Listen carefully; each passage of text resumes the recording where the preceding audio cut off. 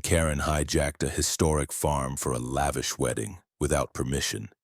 She didn't expect the owner to unleash a stampede of longhorns. What followed was chaos, lawsuits, and a $350,000 reckoning. This isn't just revenge. It's rural justice served with horns.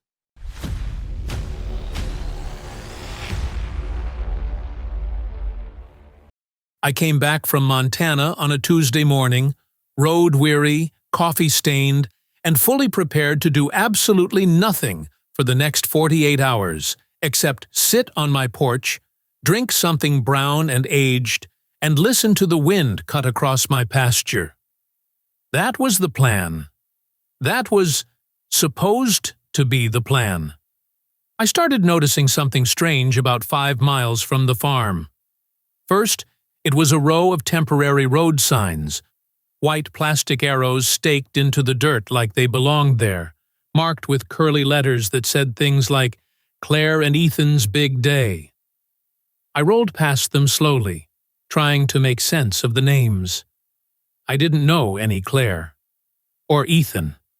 Hell, the last wedding I'd been to was my cousin's, and that was 7 years and 3 divorces ago.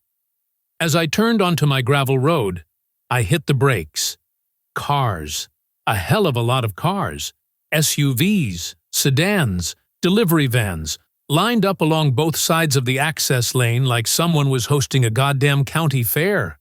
I counted at least 30 vehicles before I even reached my mailbox, which was now tilted sideways, probably clipped by someone who thought gravel roads were racetracks.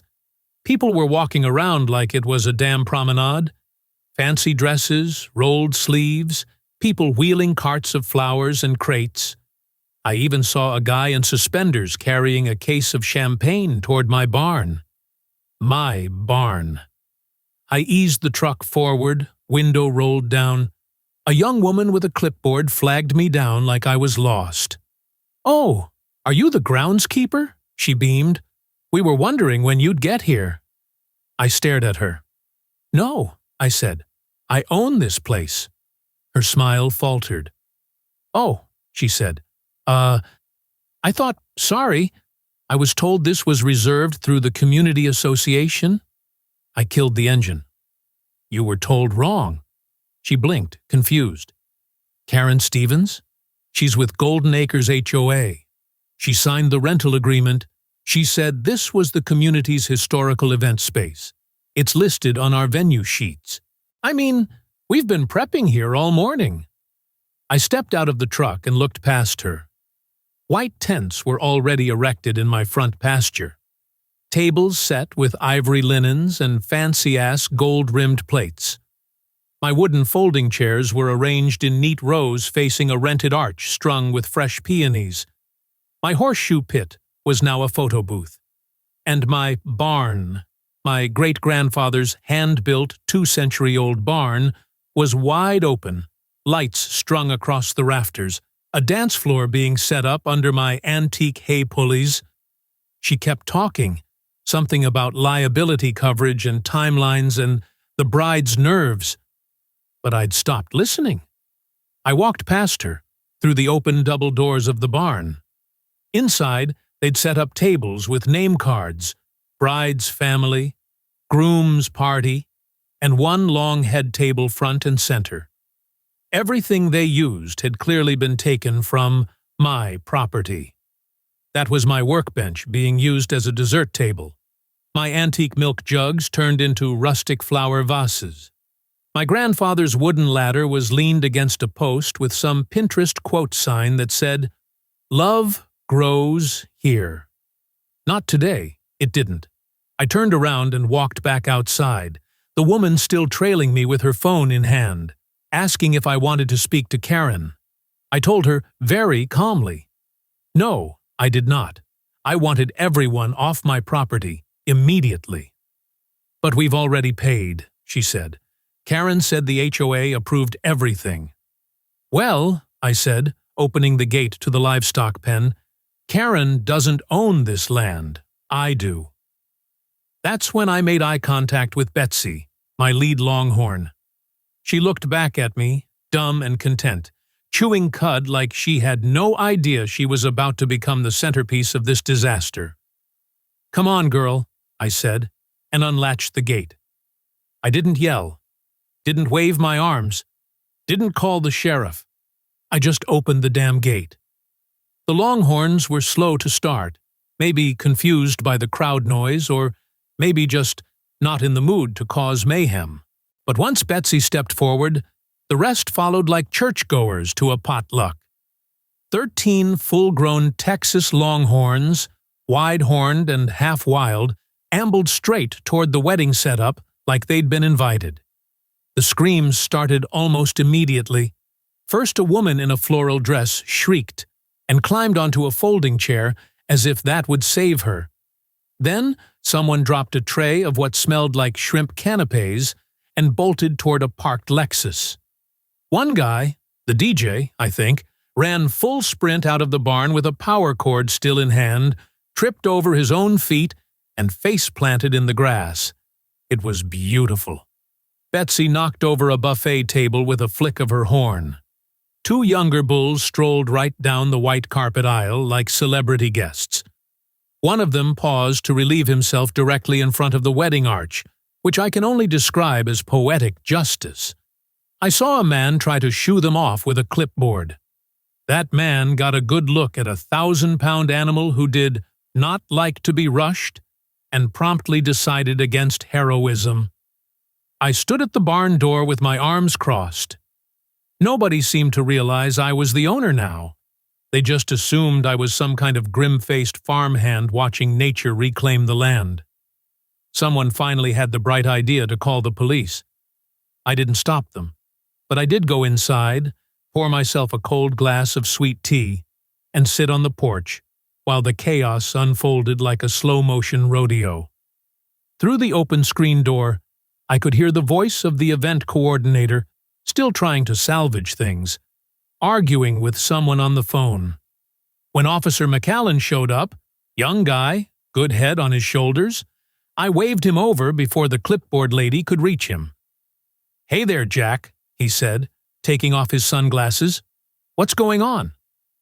"I came home to find a wedding in my barn," I said calmly. "I didn't authorize it." He blinked. "Seriously?" I nodded toward the longhorns, who were now casually grazing between the dessert tent and the porta-potties. Decided to let the girls stretch their legs. McAllen sighed, glanced around, and shook his head. "You want me to clear them out?" "Not yet," I said. "I'm taking photos first."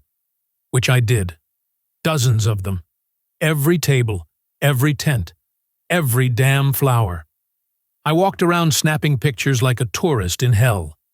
Then I took pictures of the license plate numbers, of the rented U-Haul truck, of the electrical cords they'd run from my barn's breaker box, of the champagne crates chilling in my livestock trough.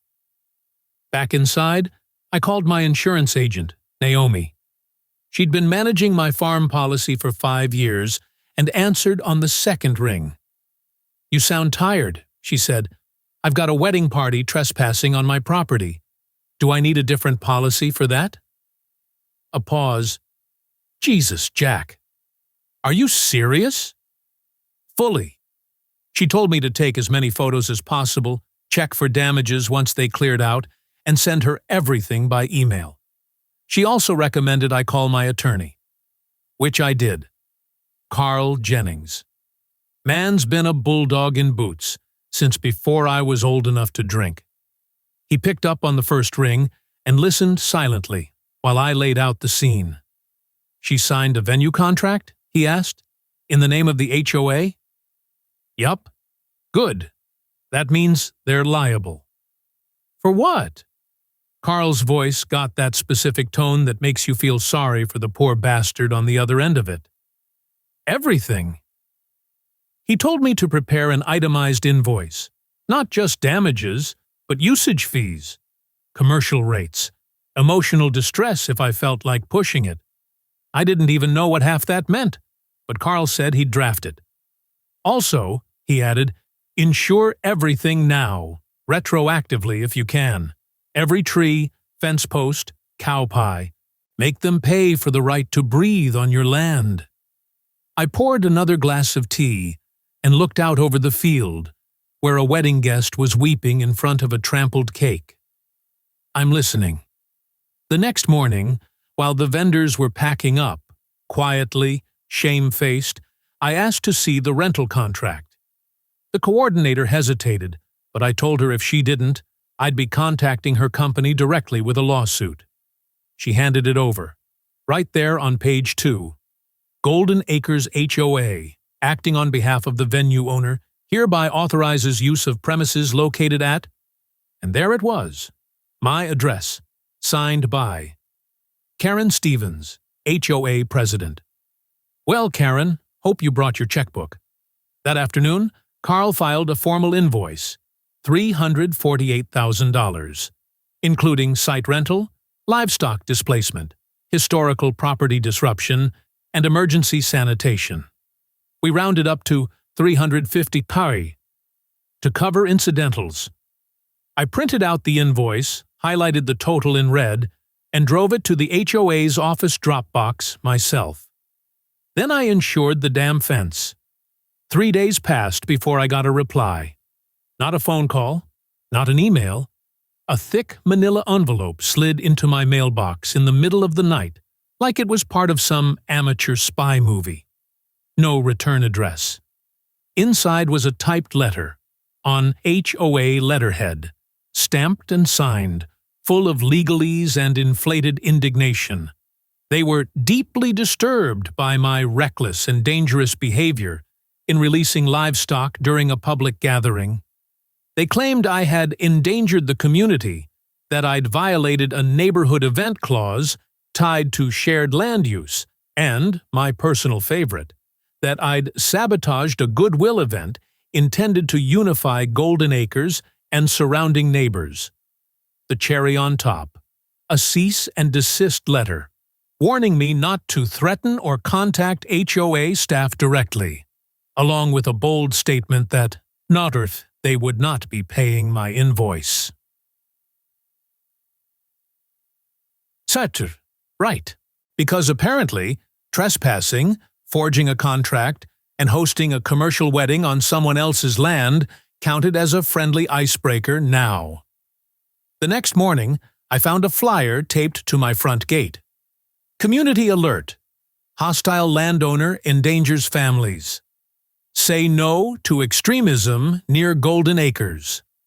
It had a heavily edited photo of me, taken God knows when, scowling in front of my barn like some Wild West villain, and a paragraph of nonsense about aggressive livestock deployments and inflammatory anti-community behavior.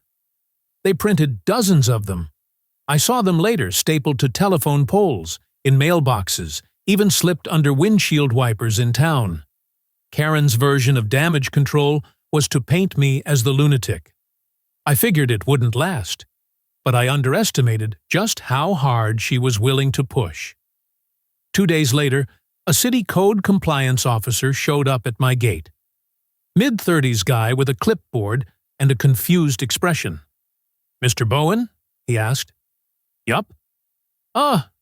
We received a complaint about unpermitted structures on your property." "Which ones?" He glanced at the barn, the shed, the chicken coop. "All of them." I stared at him. "That barn's been here since Abraham Lincoln had whiskers." "Yeah, I figured," he said, shifting awkwardly. "But I still gotta take pictures. Complaint says you're using them for commercial purposes without a permit." "Let me guess. Golden Acres?" He didn't answer, but the silence told me enough. I let him in. He did his job, took photos, apologized for the inconvenience, said he'd mark it down as a probable false report unless something came up in the system. I thanked him and offered coffee. He declined politely. It didn't stop there. Over the next week, I had a surprise wellness check by local animal control. Someone had reported livestock kept in unsanitary conditions. They found my longhorns clean, fat, and well-fed, and left with nothing but admiration for Betsy's attitude. Then came the trash. Literal trash. Dumped at the edge of my driveway, 3 separate times. Black bags full of wedding waste, broken glassware, half-melted candles, soggy cake. At first, I thought it was laziness by the vendors. Then I found one bag with a post-it note.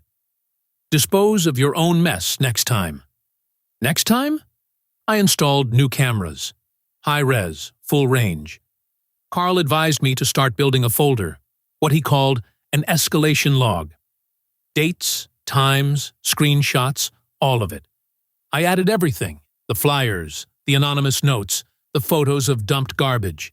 Even captured footage of someone in a blue SUV stopping by my gate at 2 in the morning and throwing fast food wrappers over the fence. The license plate was visible. Carl said that alone was enough for a harassment claim. Then came the HOA meeting invite. Golden Acres public meeting. Emergency session regarding local conflict. Sent via certified mail. I wasn't a member, of course, but the envelope had my name on it in all caps. Inside, a letter asking me to attend and explain my behavior to concerned residents.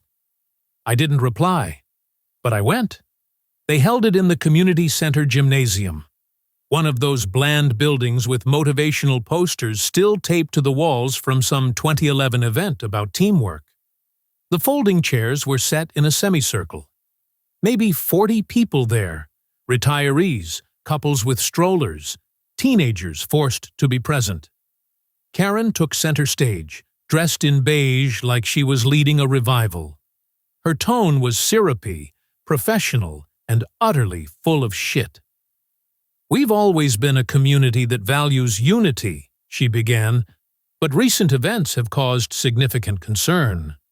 What should have been a joyful day became a hostile, even dangerous experience for many of us. As president of the HOA, I raised my hand. She blinked. A pause. "Jack Bowen," I said, loud enough. "The guy whose land you broke into." People turned. A few murmurs rippled through the crowd. "I didn't break into anything," Karen snapped. "The HOA has always had implied easement over that parcel." "No, you don't. Never have. My land is outside your jurisdiction. You forged a contract and lied to vendors." I was told, "Save it for court." A man in the back stood up. "Is it true she rented the land with HOA money?" Karen's eyes flashed. "That budget line was approved." "No, it wasn't," said another voice. A second later, voices started rising. Questions, accusations. Somebody held up a copy of my invoice. Another neighbor said they had no idea HOA funds were used at all. Karen tried to talk over them, but the room was slipping fast. I didn't stay for the fallout. I had what I needed. Outside, I made one phone call. "Carl," I said, "they just handed us a gift." The day we filed the lawsuit, Carl showed up at my place in a button-down shirt and boots that probably cost more than my first truck. He parked his dust-covered Jeep right next to my tractor, stepped out, and handed me a folder as thick as a phone book. "Everything's in there," he said. "Trespass, civil fraud, intentional infliction of emotional distress, misappropriation of HOA funds, and forged contract execution. We're coming at them with a full clip." I flipped through it. The legal language was dense, brutal, and, honestly, kinda beautiful. "We're naming Karen individually?" I asked. "Karen and the HOA as co-defendants. She used their authority, their funds, their name. This whole thing smells like abuse of position. And we've got the paper trail to back it up." He grinned. It wasn't a nice grin. "Once they get the notice, their lawyers'll probably try to settle. Don't accept. We want this on the record." And that's exactly what we did. Within 72 hours, the HOA's legal rep, a pinched-looking man named Delaney, sent over a proposed agreement. A one-time payout of $25,000, along with a mutual non-disparagement clause and confidentiality agreement. Carl didn't even bother printing it. He just forwarded me the email with one line. They think this is still a game. So we went forward. Official court date set for early fall. Civil court, small county courthouse, but the buzz spread like wildfire. Local reporters sniffed out the case fast. A man suing an HOA for throwing a wedding on his property without consent? That kind of thing was catnip for media starved of anything juicier than a stolen lawn gnome. By the time the first hearing came around, the courthouse was packed. Not just with lawyers and press, but neighbors. Some from Golden Acres, some just regular locals who heard about the guy who let loose cows on a wedding and sued everyone involved. The myth had already begun.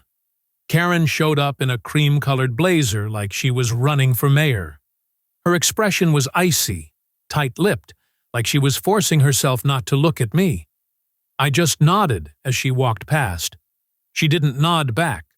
The hearing wasn't even a trial yet, just the judge reviewing the scope of the case. But the evidence spoke louder than any opening statement. Carl started with the basics: property lines, deed history, and the fact that Golden Acres' HOA boundary ended a full 200 yards before the start of my pasture. Then came the rental contract. Carl held up the physical copy, enlarged for the court. This document, he said, was presented to a vendor as evidence of legitimate event space use. It was signed by Karen Stevens, acting as president of the HOA, which, per all available legal documents, has no authority whatsoever over Mr. Bowen's land. This signature constituted a knowing misrepresentation of rights. The judge asked if the HOA had any counterclaim. Their attorney stammered something about assumed easement rights, but the moment he said the word assumed, I saw the judge's eyebrow twitch. Carl leaned in. There is no easement on file, no verbal agreement, no implied use, no contracts. Mr. Bowen's property has been privately owned and tax assessed independently since 1821.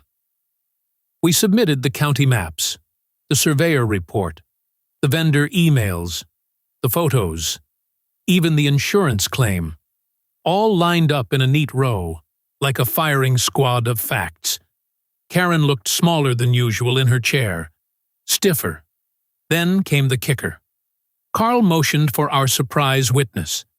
It was the event coordinator, the same one who'd mistaken me for the groundskeeper.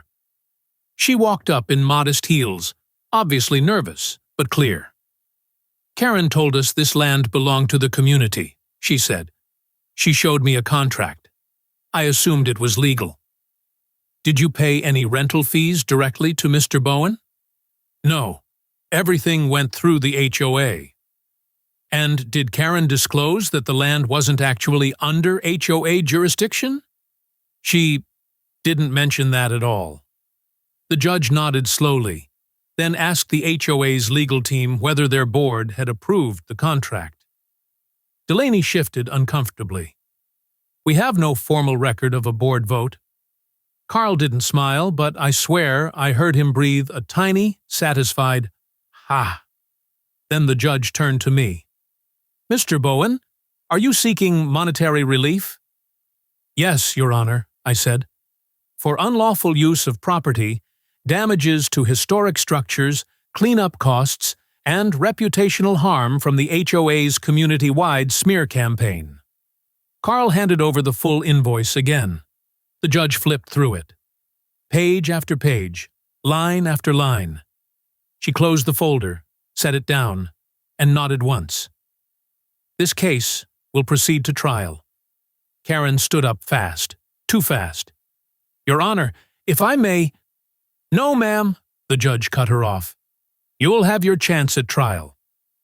We walked out of that courthouse with the press right on our heels. I didn't say a word.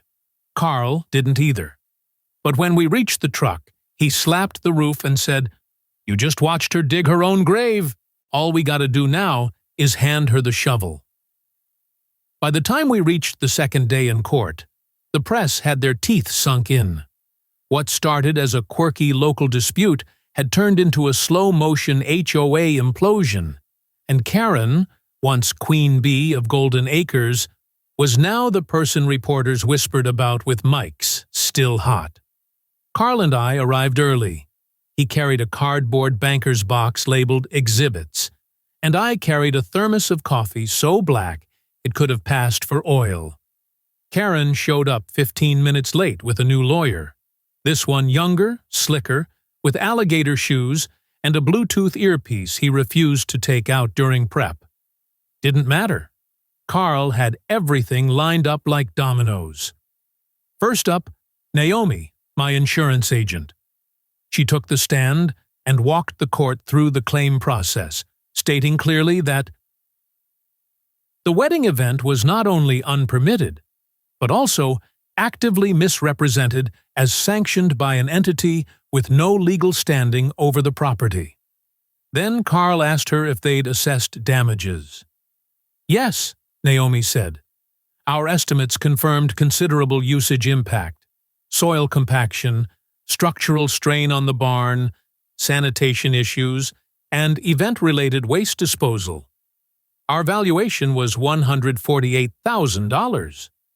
Carl leaned closer. Did the presence of livestock during the event change that estimate? Naomi smiled slightly. No, the livestock lived there. The people didn't. That got a quiet chuckle from the crowd.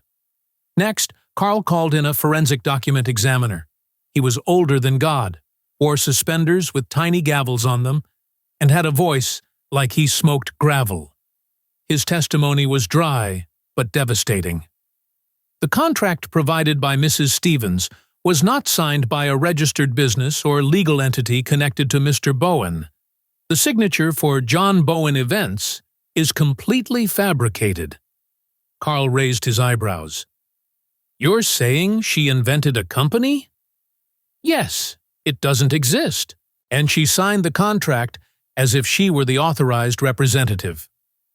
Understood? Karen looked like she was trying to fuse with her seat cushion. Then Carl made his move. Your Honor, I'd like to call Sheriff Tom Livingston. You could feel the temperature in the room drop by 5 degrees. Tom stepped forward in uniform. He wasn't the type to grandstand. Clean boots, sharp eyes, carried himself like someone who didn't need to say much to mean a lot. Carl began gently. Sheriff, did you have any contact with the defendant prior to the event? Yes, Tom said. Roughly 2 weeks before the incident. What was discussed? She invited me to lunch, claimed she was planning a community outreach event, asked if I'd be willing to overlook any potential noise complaints. Then she offered a $15,000 donation to the department's youth programs if I agreed not to dispatch officers during the weekend. Did you accept? No, sir. Did you consider the offer a bribe? I did. I reported it. The courtroom went quiet. Karen was pale now. Her lawyer shifted, suddenly aware they'd just crossed into criminal territory. Carl didn't let up. Sheriff, were you aware of any jurisdictional claim the HOA had over Mr. Bowen's property? I was. I reviewed the maps and tax records myself. The Bowen land is not, and never has been, within the Golden Acres HOA.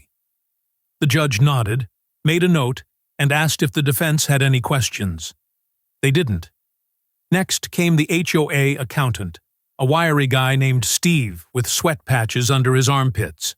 Under oath, he confirmed that Karen never brought the wedding rental to a board vote. And that the money, nearly $150,000, was moved using an emergency fund code meant for disaster relief. Carl leaned on the podium. Was there a disaster, Steve? Yes, Steve said grimly, but not a natural one. That got more laughter. Then it turned. Several HOA board members, who'd originally stayed neutral, asked to speak. One by one, they confirmed that Karen had repeatedly misused her authority, signed off on things without consensus, and often kept the board in the dark. One of them, an older woman named Mrs. Greeley, admitted she'd been pressured to support Karen out of fear of being voted out socially. She ran the HOA like it was her personal kingdom, Greeley said. She told us this was a harmless community event. We didn't know the property wasn't even ours. The judge called a recess after that. Carl leaned over to me as we walked out. She's finished. Can we end it here? Not yet, he said. They'll come crawling for a settlement again. But now we wait for the hammer. The final hearing didn't feel like a court session. It felt like a damn sentencing. Karen showed up with a different lawyer, her third. This one looked like he specialized in white-collar damage control and billable hours, not small-town drama gone nuclear. Her hair was pulled back so tight it made her look like a ghost of herself. No smile, no fake pleasantries, just the steely stare of a woman who knew the axe was already swinging. The judge walked in with a stack of folders under one arm and zero patience in her eyes. She looked at both sides, took a slow breath, and opened with 6 words I'll never forget. This court has seen enough evidence. Carl didn't even stand. The judge went straight into it. She recounted the facts, but her tone was sharp, surgical, like peeling back skin to get to the bone. Karen Stevens, acting as president of the Golden Acres HOA, had knowingly forged a rental contract, authorized unauthorized access to private property, attempted to financially incentivize law enforcement to look the other way, misappropriated HOA funds without board approval, and instigated a campaign of retaliation and defamation against me, all of which had been proven beyond reasonable doubt. Then she turned to the matter of damages. Mr. Bowen, she said, you submitted a claim in the amount of $350,000. The court finds this not only reasonable, but conservative. Karen flinched. HOA Golden Acres is hereby ordered to pay Mr. Bowen the full amount, $350,000 in civil damages, covering unlawful commercial use of private property, reputational harm, structural impact, legal fees, and punitive sanctions. Of this amount, $100,000 is designated specifically as a fine for actions that attempted to circumvent lawful authority and mislead the public. Carl nodded like he'd just hit a hole-in-one. Then the judge turned directly to Karen. As for you, Mrs. Stevens, this court is referring your actions to the district attorney's office for review under potential criminal charges, including fraud, forgery, and attempted bribery of a public official. In the meantime, you are hereby prohibited from holding any leadership position in any homeowners association, neighborhood council, or municipal board for a period of 10 years. Karen didn't blink, didn't speak, just sat still, like her soul had left her body and gone to wait in the parking lot. Additionally, the judge continued, you are sentenced to 1 year of supervised probation and 250 hours of community service, preferably among the rural areas you so casually exploited. I trust Mr. Bowen may have some suggestions. Carl leaned toward me, grinning. We'll be putting her on ditch cleaning duty outside your fence. The judge wrapped it up in under 30 minutes. No delays, no appeals accepted that day. Her gavel hit the block like a gunshot. Case closed. Outside the courthouse, the press tried to rush us for comments, but I just gave them a copy of the invoice and walked to my truck. Carl followed, hands in his pockets, looking like he'd just aged in reverse by 10 years. She's going to try to disappear, he said. Sell her house, change her name, Move to Arizona, maybe run a HOA in the desert. Good luck with that, I muttered. On the way home, I stopped at the feed store and bought Betsy a salt lick the size of a tree stump. Figured she earned it. Later that evening, while sipping bourbon on the porch, I got a call from one of the HOA board members, Mrs. Greeley, the one who broke ranks in court. "Just wanted to say," she said, "you did this place a favor." I thanked her. She paused. "The new board voted unanimously. Karen's officially out. We're rewriting the charter to limit executive authority." "Good," I said. "Start small, like making sure y'all don't invade any farms next time." She laughed. "Fair." That night, I slept like a man who'd just sued a hydra and walked away with the head. 6 months later, my barn was booked every other weekend. And legally, this time. Turns out going viral for releasing longhorns on a wedding party was better publicity than anything you could pay a marketing firm for. The clip made it to national news, and someone on TikTok stitched it with slow-motion footage of Betsy trotting past a collapsing cake stand. We got offers for sponsorships, tourism partnerships, even a local beer named Angry Hoof IPA. But I didn't want all that. I just wanted control. So I did what any stubborn landowner with a mild vendetta and a taste for irony would do. I turned the old ranch into an official historical event venue. We called it the No Karen Farmstead. The new sign was professionally carved and mounted on 2 cedar posts at the gate. Beneath the name was our tagline, etched in steel: "All events welcome with permission." We built proper fencing, upgraded the barn's foundation, and installed exterior lighting. Naomi helped me adjust my insurance policy to cover public events. Carl set up the LLC. Even Betsy got her own section on the website under Team. Then, one cool spring evening, I got a knock on the door. It was a couple, mid-30s, humble posture, holding hands like they were anchoring each other in a storm. "Hi," the woman said. "I don't know if you remember us. We were supposed to get married here when the cows showed up." I blinked, then laughed. "Claire and Ethan," I said. They looked sheepish. "We know it wasn't your fault. We didn't know Karen didn't have the right.